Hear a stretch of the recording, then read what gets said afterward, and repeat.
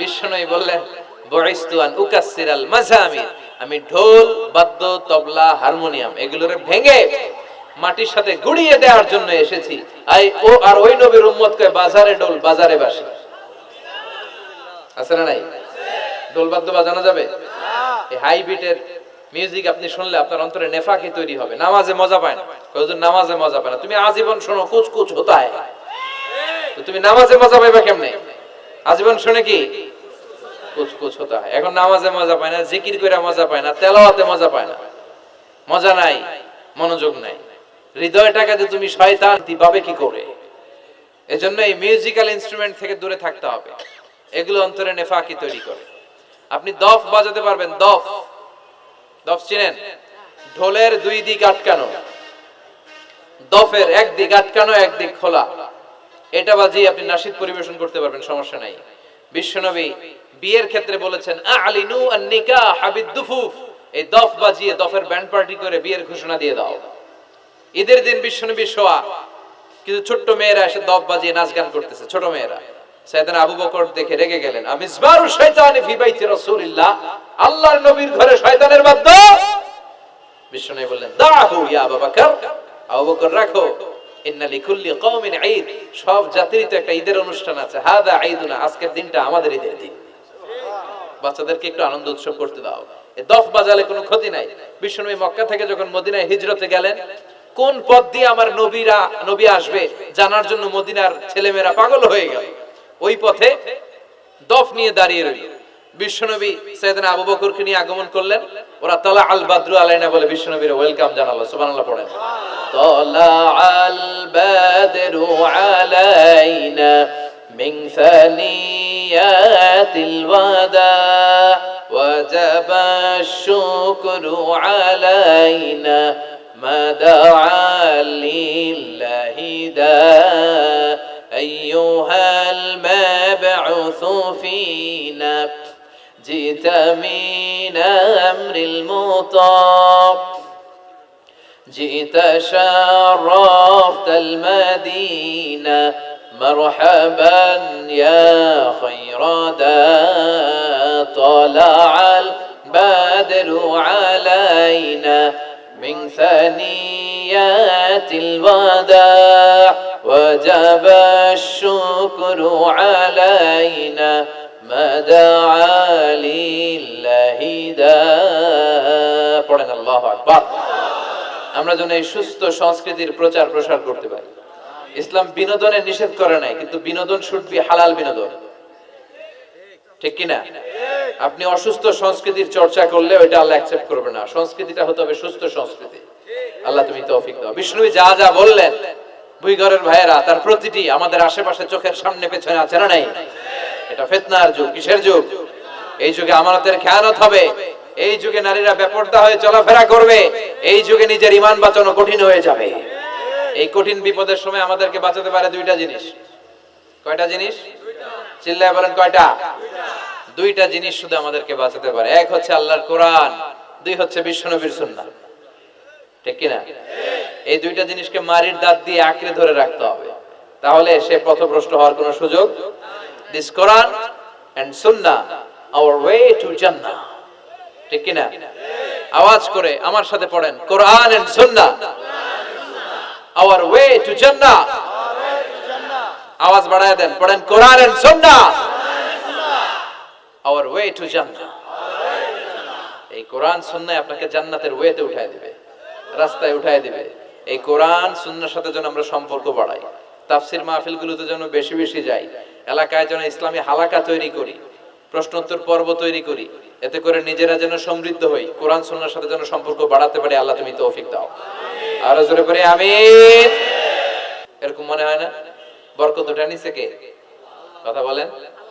এরপর খাবারের স্বাদ উঠায় নিচ্ছে কে? আগে খাবারের যে স্বাদ ছিল এখন এটা আছে? আগে ইলিশ মাছ রান্না করলে যে ঘ্রাণ হতো, এখন এই ঘ্রাণ পাওয়া যায়। আগে শোল মাছের ঝোল রান্না করলে যে স্বাদ হতো, আগে চিংড়ি মাছ রান্না করলে যে স্বাদ লাগতো, এখন এই স্বাদ পাওয়া যায়? সব তুলে নিল কে? দেখেন বিশ্বনবী যা যা বললেন তার প্রমাণ সমাজে আছে না নাই? শুনতেছেন না কষ্ট হচ্ছে?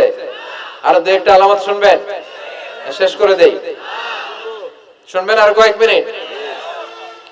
বিষ্ণু বললেন তাসলিমুল খাসা, কিয়ামতের আগে লোকজন শুধু পরিচিতদেরকে সালাম দিবে, অপরিচিতদেরকে সালাম দিতে চাইবে না। এরকম আছে না নাই? এই মুরব্বী চাচার চিনি চাচা আসসালামু আলাইকুম, চিনি আসসালামু আলাইকুম, ওদিকে চিনি আসসালামু আলাইকুম। কিন্তু অন্য একটা এলাকায় গেছি, ওখানে কাউরে চিনি না, সালামও দেয় না। বাসে উঠছেন, কাউরে চিনেন না, সালাম দেন না। এরকম আছে না নাই? তো সালাম কি যাদেরকে চিনেন এদের জন্য? কথা কন। আলা মান আরাফতা ওয়া মান লাম তা'রিফ, যাকে চিনো সালাম দাও, যাকে চিনো না তাকেও দাও। আল বাদিউ বিস সালাম, বিষ্ণু বলেন আগে আগে দাও। আল বাদিউ বিস সালাম বারিউম মিনাল কিবর, আগে আগে যে সালাম দেয় তার হৃদয় থেকে অহংকার মুক্ত করে দেয় কে? আল্লাহ। অহংকার মুক্ত হওয়ার দরকার আছে না নাই? যার হৃদয়ে যাররা পরিমাণ অহংকার থাকবে সে জান্নাতে প্রবেশ করতে পারবে? কথা বলেন। এজন্য আমরা আগে আগে সালাম দেব। দুই ঘরের ভাইয়েরা, ছোটরা বড়দেরকে দিব, বড়রা ছোটদেরকে দিব, হাজবেন্ড ওয়াইফকে দিব, ওয়াইফ হাজবেন্ডকে দিব। রাজি আছেন তো? আজকে যারা স্বামী যারা আসছেন, বাড়িতে যেই ভাবির আগে সালাম দিবেন। রাজি আছেন? কথা কয় না, আওয়াজ ছোট হয়ে গেছে। পারা যাবে? আপনি আগে সালাম দিবেন, এটা দেখে আপনার স্ত্রী লজ্জা পেয়ে আপনার আগে দিবে। এগুলো দেখে বাচ্চারা সালাম শিখে ফেলবে। সুবহানাল্লাহ কইবেন না? আমরা কি চাই না আমাদের ফ্যামিলিগুলো এরকম সুন্দর হোক? আমরা কি চাই না আমাদের ফ্যামিলিগুলো জান্নাতি হোক? এরপরে বিশ্বনবী বললেন খুতাবুকুম তাবিলা সালাওয়াতুকুম কাসীরা, কিয়ামতের আগে খুতবাগুলো লম্বা হবে আর সালাতগুলো খাটো হয়ে যাবে। এই যে বক্তব্য লম্বা, নামাজ হয়ে যায় খাটো, আছে না নাই? হুজুর ওয়াজ করেন, ওয়াজ টেস্ট লাগে, নামাজ টেস্ট লাগে না, আছে না নাই? এশার নামাজও পড়ে না, ফজর নামাজও পড়ে না, রাত 2টা পর্যন্ত ওয়াজ শোনে, আছে না নাই? এরকম করা যাবে না। নামাজ কামাই করা যাবে না। সবার আগে হবে নামাজের হিসাব। নামাজের হিসাব ঠিক তো আপনার পুরো আমলনামা ঠিক। নামাজে ভেজাল তো সব জায়গায় ভেজাল। প্রথম হিসাব নেওয়া হবে সালাতের, খবরদার। এরপরে বিশ্বনবী বললেন লা ইউকাসসামুল মিরাস আলা ওয়াজহিন সাহিহ। বিশ্বনবীর হাদিস থেকে এরকম বর্ণনা পাওয়া যায়, এর মাফহুম হচ্ছে লা ইউকাসসামুল মিরাস আলা ওয়াজহিন সাহিহ, সহিহ পদ্ধতিতে মিরাজ বণ্টিত হবে না। লিযযাকারি মিসলু হাযযিল উনসায়াইন, সব বাবাদেরকে আল্লাহ বললেন উত্তরাধিকারের বন্টন নীতি তুমি মেনে ছেলে মেয়েদের মধ্যে বন্টন করে দিবা। ছেলেরে দিবা যদ্দূর, মেয়েরে দিবা অর্ধেক। কার আইন? কথা বলেন, আইনটা কার? ছেলেরে যদি 2 লাখ দেন, মেয়েরে চিল্লায় বলেন, ছেলে 2 লাখ পেলে মেয়ে কয় লাখ? ছেলে 4টা বাড়ি পেলে মেয়ে কয়টা বাড়ি? অনেক বাবা আছে মেয়েরা কয় মা তোর বাইরে সব দিয়ে দিলাম, তোর লেগে দোয়া করে দিলাম। হাত তুলছেন না? মেয়ের লেগে কি করে দেয়? আর ভাইরে সব দিয়ে দেয়। এগুলো টাকা, এগুলো কি ভুই ঘরে মাশাআল্লাহ এরকম টাকার নাই। দোয়া তো আপনি সবাইরই করুন। ছেলে যেটা প্রাপ্য দিয়ে দেন, মেয়ে যেটা প্রাপ্য দিয়ে দেন, তারপরে হাত তুলে দোয়াও করে দেন। কথা বলেন। অনেক মা আছে ছেলেরে বেশি খাওয়ায়, মেয়েরে কম খাওয়ায়, আছে না নাই? ছেলের পাতে মুরগির রান, মাইয়ার পাতে মুরগির ঠ্যাং, আছে না নাই? দেখবেন ওই মা বাবার হয়তো অনেক সময় শেষ কালটা ছেলের বাড়িতে কাটে না, কাটে মেয়ের বাড়িতে, আছে না নাই? কারণ প্রকৃতির একটা মায়ের আছে না নাই? শেষ মাইরটা আল্লাহ দিবে। শেষ মাইরটা কার? আল্লাহ ছাড় দেয়, ছেড়ে দেয় না। আল্লাহ কি দেয়? কি দেয় না? আল্লাহর সব মনে থাকে। আল্লাহ শেষ খেলাটা খেলে দিবে। চিল্লায় বলেন ঠিক কি না? বাবা মা যারা আছেন সাবধান, উল্টাপাল্টা করেন না। এগুলো নিয়ে কত বিচার যে আমাদের কাছে আসে, কত মাসালা যে আসে, কেন করেন এগুলো? সমানভাবে আপনি ইনসাফ করেন, কিয়ামতের দিন আপনার বিচার করার সময় আল্লাহ আপনার উপর ইনসাফ করবে। আপনি ঠকাবেন, আল্লাহ আপনার 14 গোষ্ঠী উদ্ধার করে ছাড়বে। তিনি ভুলে যান না, তিনি ছাড় দেন, ছেড়ে দেন না। এজন্য মিরাসের যে বন্টন পদ্ধতি, আমরা যেন ইসলামের দেয়া পদ্ধতি অনুসরণ করি। আল্লাহ তৌফিক দাও। কিয়ামতের আগে ভূমিকম্প বেড়ে যাবে, আছে না নাই? কিয়ামতের আগে আত্মহত্যা বেড়ে যাবে, আছে না নাই? কিয়ামতের আগে ঢোল বাদ্য